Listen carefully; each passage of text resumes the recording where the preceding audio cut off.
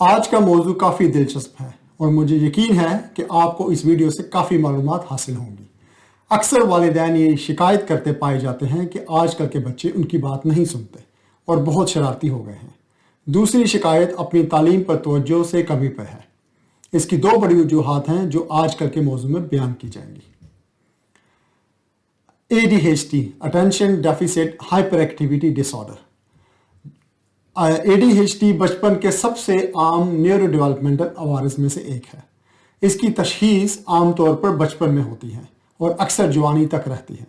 ADHD والے بچوں کو توجہ دینے یا جذباتی رویوں کو کنٹرول کرنے میں پریشانی ہو سکتی ہے۔ اس کے ساتھ دوسری علامت ضرورت سے زیادہ متحرک ہونا ہے، جس میں ADHD میں مبتلا لوگ زیادہ دیر تک سکون سے نہیں بیٹھ سکتے۔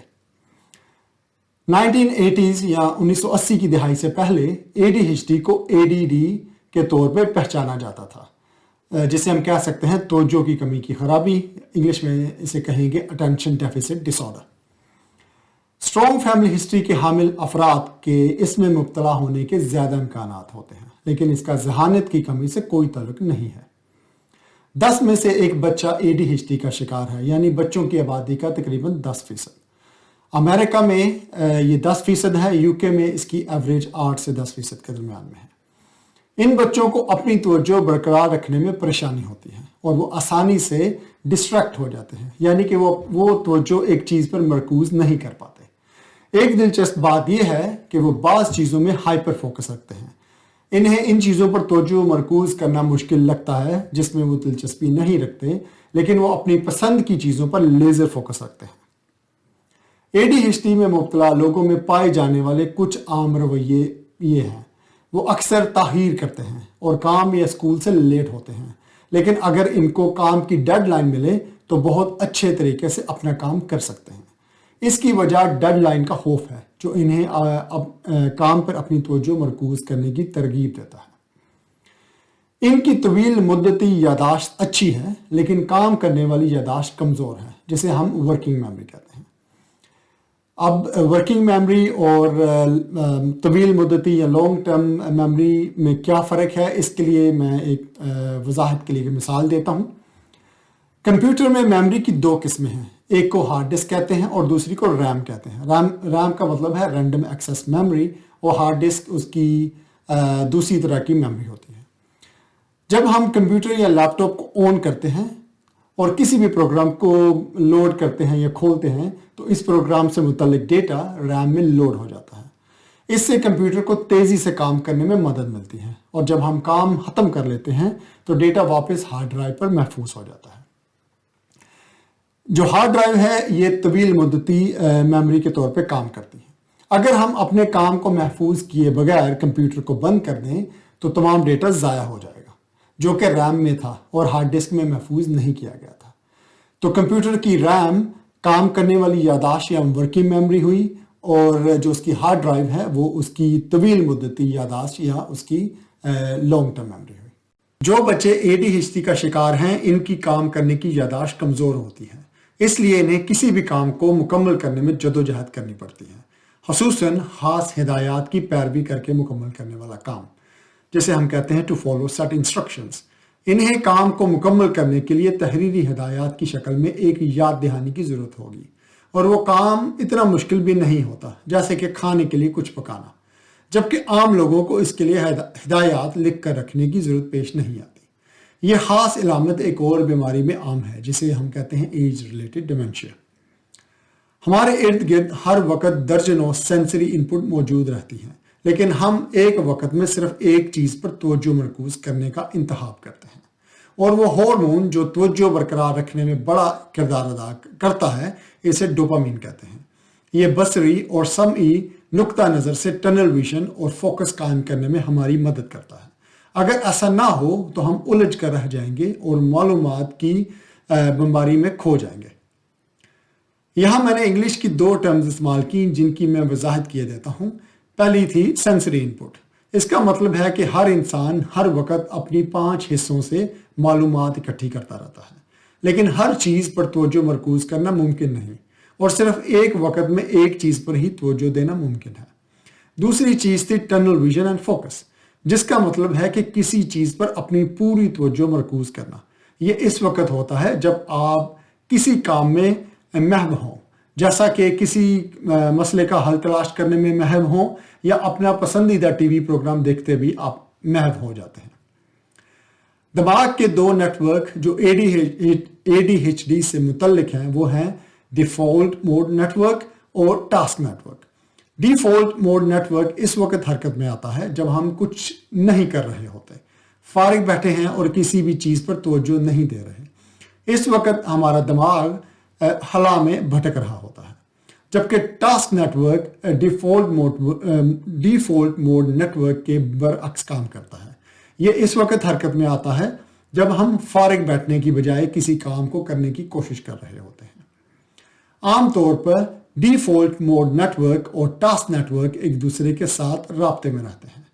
دماغ کے وہ حصے جو ڈیفالٹ موڈ نیٹ ورک میں حصہ لیتے ہیں وہ ہے ڈورسولیٹرل پری فرنٹل کورٹیکس، دوسرا ہے پوسٹیریئر سنگولر کورٹیکس، تیسرا ہے لیٹرل پرائٹل لوب۔ یہ حصے ہم آہنگی کے ساتھ مل کر کام کرتے ہیں۔ جب ایک حصہ فعال ہوتا ہے تو دوسرے دو حصے بھی اسی وقت متحرک ہو جاتے ہیں۔ ایک نارمل دماغ میں یہ ایک ٹیم کے طور پر مل کر کام کرتے ہیں، تاہم ADHD کے شکار افراد یا نیند کی کمی کے شکار افراد میں یہ حصے ایک ساتھ مل کر کام نہیں کرتے جیسے کہ ان کو کرنا چاہیے۔ ٹاسک نیٹ ورک میں دماغ کا وہ حصہ جو انچارج ہوتا ہے اسے میڈیل پری فرنٹل کورٹیکس کہا جاتا ہے۔ یہ دوسرے حصوں کو ہدایات دیتا ہے کہ کیا کرنا ہے اور کیا نہیں کرنا۔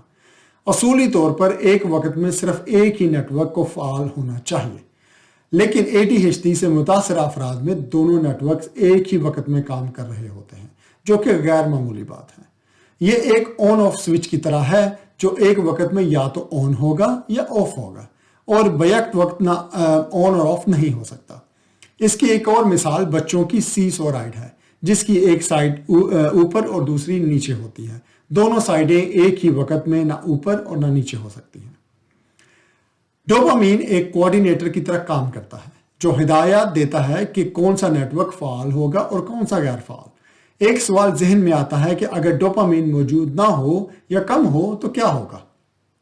آئیے اس کو مزید مشاہداتی نقطہ نظر سے دیکھتے ہیں۔ یہ دیکھا گیا ہے کہ انسان عام طور پر اس چیز کو پانے کی خواہش کرتا ہے جو اس کے پاس پہلے سے موجود نہیں۔ ADHD کا شکار ہونے کی صورت میں جس چیز کی کمی ہے وہ ہے توجہ کی کمی، جسے ہم کہتے ہیں فوکس اینڈ اٹینشن، اور اس کو ٹھیک کرنے میں مدد درکار ہے۔ 2015 میں شائع ہونے والی ایک تحقیق کے مطابق جب ڈوپامین کی سطح کم ہوتی ہے تو دماغ کے نیورون بلا وجہ حرکت میں آتے ہیں، جبکہ ایسا نہیں ہونا چاہیے۔ ہم اس کو میڈیکل ٹرمینالوجی میں کہتے ہیں neuron fire when they shouldn't. اس مسئلے کو ٹھیک کرنے کے لیے ADHD کے مریض مختلف مادوں سے مدد لینے کی کوشش کرتے ہیں۔ بالغ افراد سگریٹ کے پیکٹس اور کافی کے کپس پر انحصار کرتے ہیں کیونکہ یہ ان کو فوکس اور اٹینشن یا توجہ دینے میں مددگار ہوتے ہیں۔ یہاں تک کہ کچھ لوگ اگلے درجے پر جا کر طویل مدتی اثرات اور نتائج کے بارے میں سوچے بغیر منشیات کا استعمال کرنے لگتے ہیں، جو ان کے نزدیک مسئلہ کا فوری اور عارضی حل ہے۔ جبکہ جو بچے ADHD کا شکار ہیں وہ دوسرے بچوں کے مقابلے میں میٹھی اشیاء اور میٹھے مشروبات کی طرف زیادہ راغب ہوتے ہیں۔